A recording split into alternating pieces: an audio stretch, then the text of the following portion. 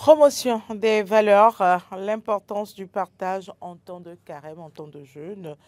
01 48 52 94 02, c'est le numéro à composer pour intervenir en direct sur cette thématique. C'est parti, Roland, donner une question. L'importance du partage.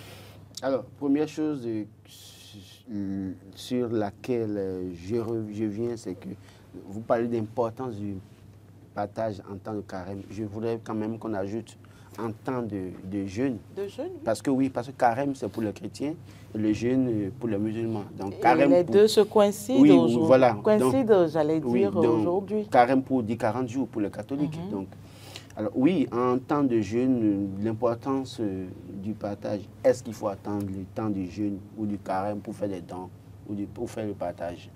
Je crois que c'est une mauvaise lecture de la vie, à mon avis. Et ce n'est que moi, ça n'engage que moi. Parce que le partage, c'est tous les jours de la vie. Vous avez un, quand il y en a pour un, il y en a pour deux. Et si aussi longtemps que vous pouvez donner, à quelqu'un donner. Il ne faut pas attendre la période de carême ou de jeûne, peut-être pour montrer que oui, vous êtes assez magnanime, vous êtes gentil, et c'est vous le donateur de toute la communauté. C'est bizarre. Dieu fait que parfois je me retrouve dans les milieux à des moments. Mais c'est des actes oui, qui marquent ces moments de pénitence. Oui, mais Dieu fait, je disais que Dieu fait que je tombe souvent dans des situations où parfois ça a trait à ceux dont je dois parler peut-être au plateau. Vendredi dernier, j'étais quelque part à Papa. Et dans la localité, j'ai vu les gens faire le rang pour prendre à manger dans une maison. Je crois c'est à votre troupe. Et pour couper le jeûne. Pour couper le jeûne. Et j'ai demandé, c'est qu'est-ce qu'ils font là? On m'a dit qu'ils sont en train de prendre à manger là, que c'est le propriétaire de la maison qui donne à manger aux gens pour rompre le jeûne, tout ça là, tous les jours. Mais que tous les vendredis de chaque mois, dernier vendredi de chaque mois, il le fait. Donc, tous les vendredis de chaque mois, il donne à manger à une communauté. Mais en temps de carême, tous les jours, il le fait. Cela veut dire quoi?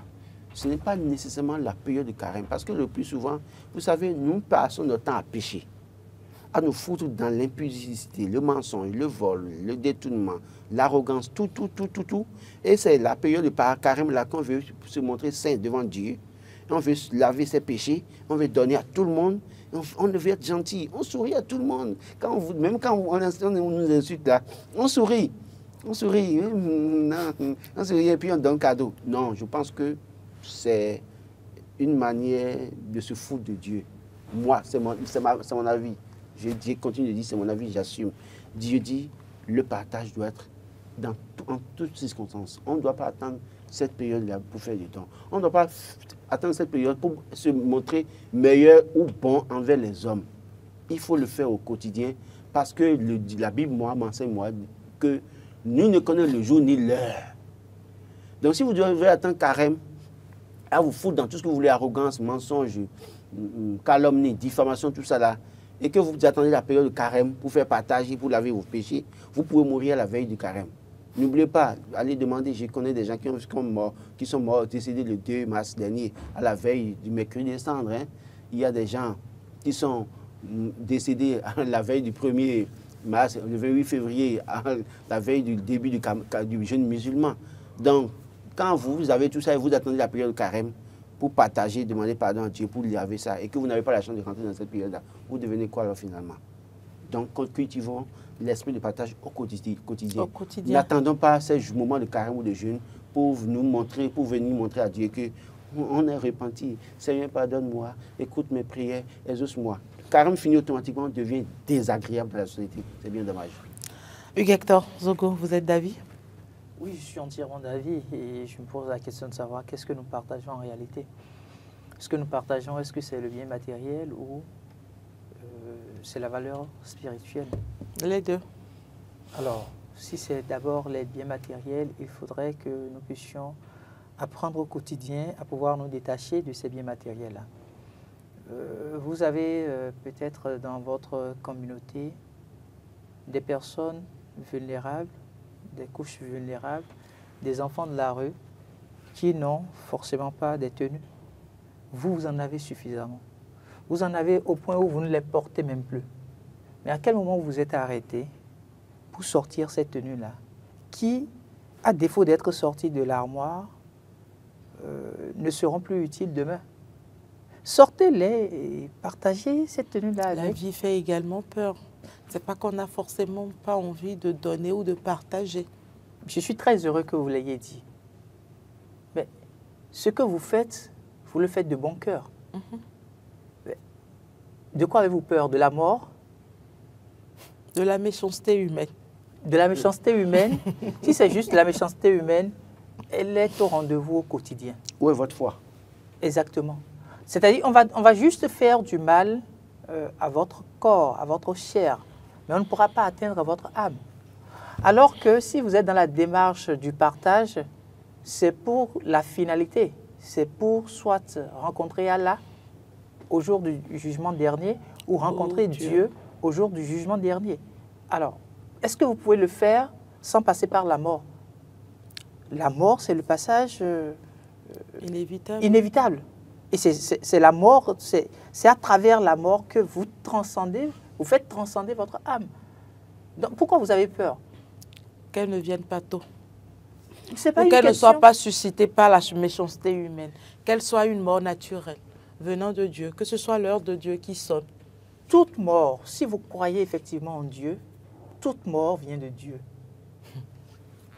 C'est discutable. Allez-y. Toute mort vient de Dieu. Parce que si Dieu n'a pas voulu que ce qui vous est arrivé survienne dans votre parcours, ça ne se passera pas. C'est vrai que en tant qu'être humain, à des moments donnés, nous n'avons toujours pas le bon sens qui nous permet de comprendre ces réalités de la foi.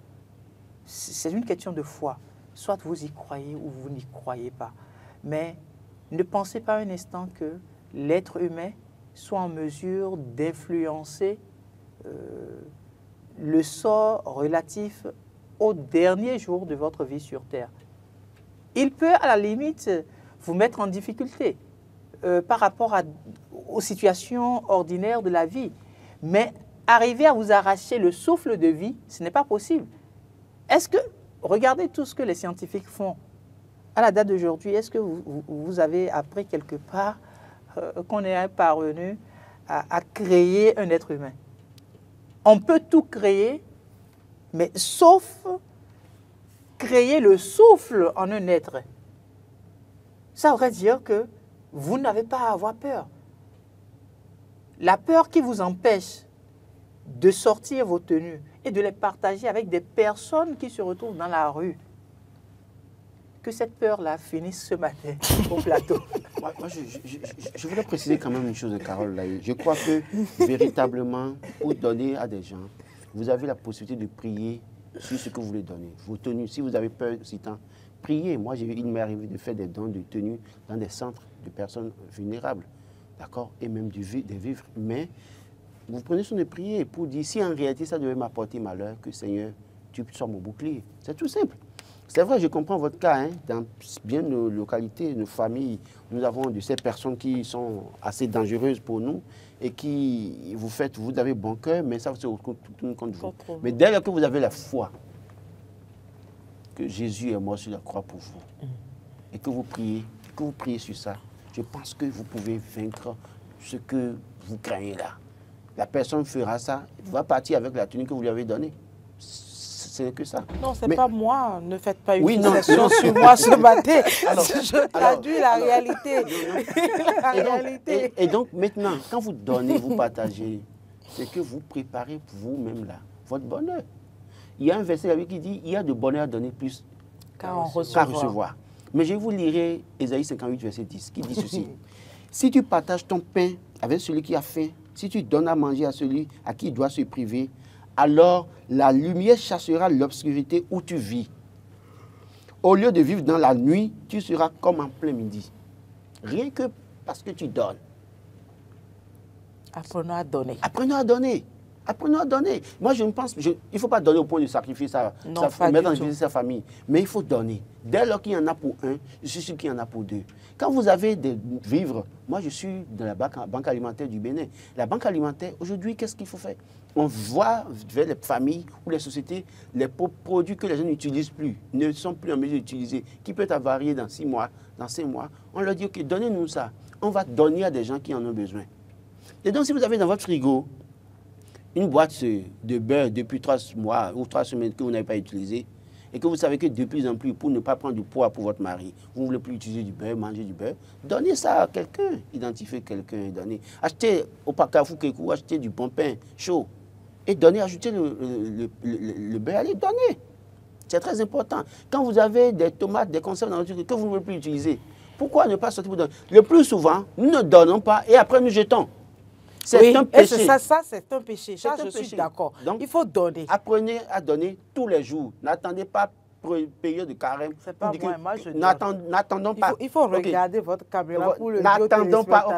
Donnez tous les jours. Donnons tous les jours. N'attendons pas période de carême pour dire nous voulons demander pardon à Dieu, pénitence et faire le faux chrétien, faux croyant et de commencer à donner. Et après ça, on devient désagréable dans la société. Arrêtons ce comportement, ce n'est pas bien. Hugues Hector, mot de fin rapidement. Oui, mot de fin, demander à nos frères chrétiens qui sont en train de faire le carême et à nos frères musulmans qui sont en train de faire le jeûne, de comprendre que cette période ne doit non plus être une période au cours de laquelle on se vante pour dire « moi, je suis le meilleur à donner ». Ce n'est pas de ça que Dieu a besoin. C'est parfois même une compétition. C'est parfois même une compétition, exactement. Malheureusement.